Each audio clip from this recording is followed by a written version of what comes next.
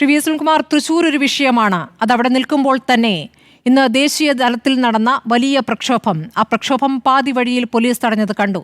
പക്ഷേ ഇവിടുന്ന് അങ്ങോട്ട് എത്രത്തോളം ശ്രമകരമാണ് ഈ പ്രതിഷേധം എന്നതിൻ്റെ സൂചനകൾ കർണാടകയിൽ നിന്ന് തന്നെ വരികയാണ്. ഒരു മന്ത്രി അവിടെ നിന്നും സഹകരണ മന്ത്രിയാണ്, നമ്മുടെ കാലത്ത് തന്നെ നടന്നതല്ലേ ഇതൊക്കെ എന്ന രൂപത്തിൽ പ്രതികരിക്കുന്നത്.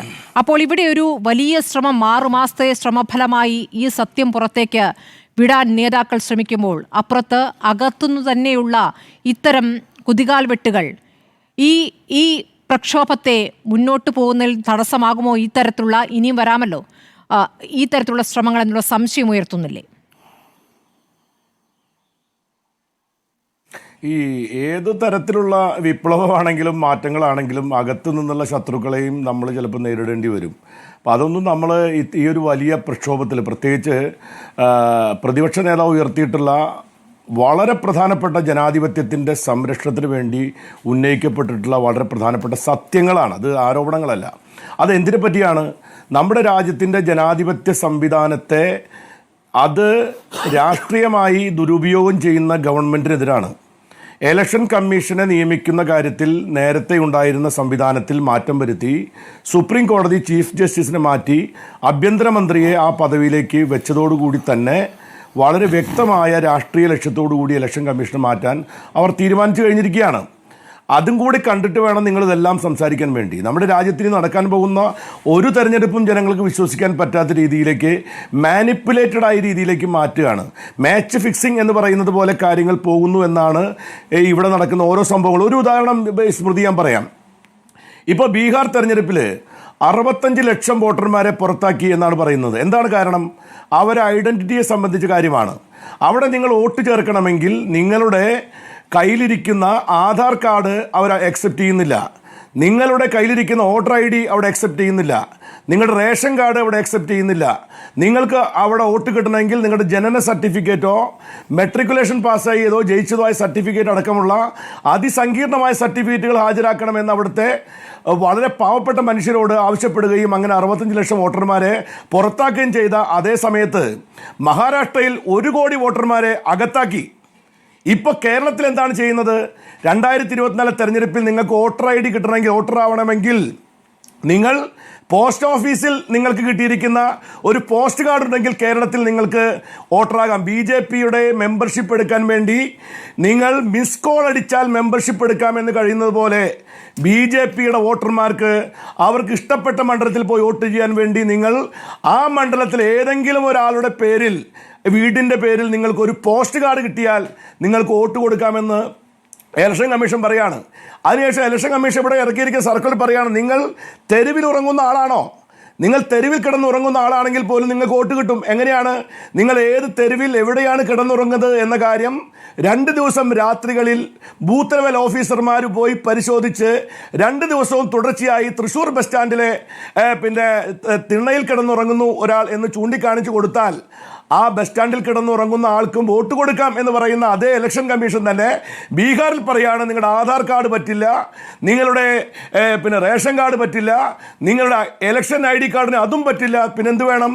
ജനന സർട്ടിഫിക്കറ്റ് വേണമെന്ന്. അപ്പോൾ ഇലക്ഷൻ കമ്മീഷൻ രാഷ്ട്രീയമായി BJPക്ക് വേണ്ടി ഇരട്ടത്താപ്പ് നടത്തി BJPയെ വിജയിപ്പിക്കാൻ വേണ്ടിയിട്ടുള്ള ഒരു സ്ഥാപനമായി ഇലക്ഷൻ കമ്മീഷൻ മാറുന്നു എന്ന ആക്ഷേപം ഉയർന്നു വരുന്നുണ്ടെങ്കിൽ അത് ജനാധിപത്യത്തിൻ്റെ മരണമണി മുഴങ്ങുന്നു എന്ന സൂചനയാണ്. അതാണ് തൃശ്ശൂരുണ്ടായത്. ഇവിടെ ഫോറം 6 പ്രകാരം, നമ്മുടെ നിയമപ്രകാരം എന്തിനാണ് ഈ ഇലക്ഷന് വേണ്ടി നമ്മൾ പറയുമ്പോൾ നമ്മുടെ നാട്ടിൽ എന്തിനാണ് പാർലമെൻറ്റിന് അതിർത്തി നിശ്ചയിക്കുന്നത്? എന്തിനാണ് പാർലമെൻറ്റിലെ അതിർത്തി എന്ന് പറഞ്ഞാൽ? തൃശ്ശൂർ പാർലമെൻറ്റ് മണ്ഡലത്തിലെ അതിർത്തി പറയുമ്പോൾ ആ പാർലമെൻറ്റ് മണ്ഡലത്തിലെ അതിർത്തിയിലകത്തുള്ള വോട്ടർമാരാണ് അവരുടെ പ്രതിനിധിയെ തിരഞ്ഞെടുക്കാൻ അവകാശം. അല്ലാതെ ആലത്തൂർ മണ്ഡലത്തിലെ ഒരു വോട്ടർ തൃശ്ശൂർ മണ്ഡലത്തിലെ വോട്ടർക്ക് സ്ഥാനാർത്ഥിയെ നിശ്ചയിക്കേണ്ട, അല്ല വോട്ട് ചെയ്യേണ്ട ആളല്ല. ചാലക്കുടി മണ്ഡലത്തിലെ വോട്ടറല്ല തൃശ്ശൂരിലെ സ്ഥാനാർത്ഥിക്ക് വോട്ട് ചെയ്യേണ്ട ആളുകൾ. അപ്പോൾ അതിന് വേണ്ടിയിട്ടാണ് ഇലക്ഷൻ റെപ്രസെൻറ്റേഷൻ നിയമമൊക്കെ വന്നിരിക്കുന്നത്. അതിന് വേണ്ടിയിട്ടാണ്. അതായത് ഓർഡിനറി റെസിഡൻസി ആരാണ്, ഇതൊക്കെ പറഞ്ഞിരിക്കുന്ന നിയമം ഉണ്ടായിരിക്കുമ്പോഴാണ് അതിർത്തികളൊന്നും ബാധകമല്ലാതെ നിങ്ങൾക്ക് എവിടെ വേണമെങ്കിലും വോട്ട് ചെയ്യാം. ഇവിടെ എന്താണ് തൃശ്ശൂർ മണ്ഡലത്തിൽ ചെയ്യുന്നത്? നടന്നുകൊണ്ടിരിക്കുന്ന കാര്യം എന്തായിരുന്നു? ഇവിടെ നടന്നുകൊണ്ടിരിക്കുന്ന കാര്യം പൂങ്കുന്നത്താണെങ്കിലും പാട്രാക്കിലാണെങ്കിലും കിഴക്കേക്കോട്ടയിലാണെങ്കിലും പല ബൂത്തുകളിൽ BJPയുടെ കേഡർമാർ മാസങ്ങൾക്ക് മുമ്പ് തന്നെ അവർ ലിസ്റ്റ് ചെയ്തുണ്ടാക്കി അവരുടെ എല്ലാം പേരുകൾ ഓരോരോ ഫ്ലാറ്റുകളിൽ കള്ളപ്പേരുണ്ടാക്കി അവരുടെ എല്ലാം പേരുകളിൽ പോസ്റ്റ് കാർഡ് അയച്ച് അപേക്ഷ കൊടുത്ത് BLOമാരെ കൊണ്ട് റിപ്പോർട്ട് കൊടുപ്പിച്ച് നമ്മുടെ ഭരണാധികാരികൾ അവരുടെ എല്ലാം വോട്ടാക്കി മാറ്റി.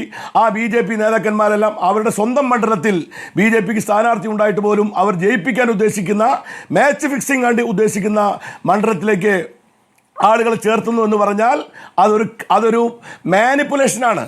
ആ മാനിപ്പുലേഷൻ നടന്നുകൊണ്ട് മാത്രമായിരിക്കില്ല തൃശ്ശൂരിൽ ഒരു പക്ഷേ വിജയിച്ച് കാണുക. പക്ഷേ ആ മാനിപ്പുലേഷൻ നടന്നിരിക്കുന്നു. തൃശ്ശൂരിൽ എന്ത് ചൂണ്ടിക്കാണിക്കുമ്പോൾ തോറ്റവരുടെ ജൽപ്പനമായി തോറ്റവരുടെ കരച്ചിലായിട്ടല്ല അതിനെ കാണേണ്ടത്. ഇന്ത്യ മുഴുവൻ നിങ്ങളിത് ചെയ്യാണ്. രാജ്യം മുഴുവൻ നമ്മുടെ രാജ്യത്തിൻ്റെ ഭരണ സംവിധാനത്തെ നിങ്ങൾ അരക്കെട്ടുറപ്പിക്കാൻ വേണ്ടി നിങ്ങളുടെ ഭരണം പിടിച്ചു നിർത്താൻ വേണ്ടി നിങ്ങൾ ജനങ്ങളുടെ ഇടയിലേക്കല്ല പോകുന്നത്. നിങ്ങൾ ഇവിടുത്തെ വോട്ടർ പട്ടികയെ പറ്റിയാണ് ചിന്തിക്കുന്നത്. വോട്ടർ പട്ടിക മാത്രമല്ല, ഇപ്പോൾ നിങ്ങളൊരു കാര്യം അറിയാമോ? സാധാരണക്കാരന് ഈ ഇലക്ഷൻ കമ്മീഷനെ പറ്റി പരാതി കൊടുക്കാൻ പറ്റുമോ? നിങ്ങൾക്ക് EVM മെഷീനെ പറ്റി സ്മൃതിക്കൊരു പരാതി വന്നു എന്ന് കരുതുക. നിങ്ങൾ മുമ്പ് നിങ്ങൾക്ക് ബാലറ്റിനെ പറ്റി പരാതി ഉണ്ടെങ്കിൽ 2 രൂപ അടച്ചാൽ നിങ്ങൾക്ക് ബാലറ്റിനെതിരെ നിങ്ങൾക്ക് ചലഞ്ച് ചെയ്യാൻ പറ്റും. പക്ഷേ ഈ ഇലക്ഷൻ കമ്മീഷൻ ഇപ്പോൾ ചെയ്തിരിക്കുന്ന കാര്യം എന്താണെന്ന് അറിയാമോ? 2024 ഇലക്ഷനിൽ അവർ പുറത്തിറക്കിയിരിക്കുന്ന 2 ആഴ്ച മുമ്പ് പുറത്തിറക്കുന്ന നോട്ടീസ് പ്രകാരം നിങ്ങളൊരു EVM മെഷീനെ പറ്റി നിങ്ങൾക്ക് പരാതി ഉണ്ടെങ്കിൽ 12,000 രൂപയും GSTയും നിങ്ങൾ അടയ്ക്കണം. അത് മാത്രം പോരാ, എനിക്കും ഇവർക്കൊക്കെ വന്ന പോലെ ഒരു നോട്ടീസിൽ നിങ്ങൾ ഒപ്പിടണം. എന്താണ്? നിങ്ങൾ പറയുന്ന കാര്യങ്ങൾ തെറ്റാണെന്ന് ബോധ്യപ്പെട്ടാൽ നിങ്ങളെ അറസ്റ്റ് ചെയ്യുകയും ജയിലിലടയ്ക്കാനും കഴിയുന്ന നിയമത്തിന് നിങ്ങൾ വിധേയമാക്കപ്പെടേണ്ടി വരും.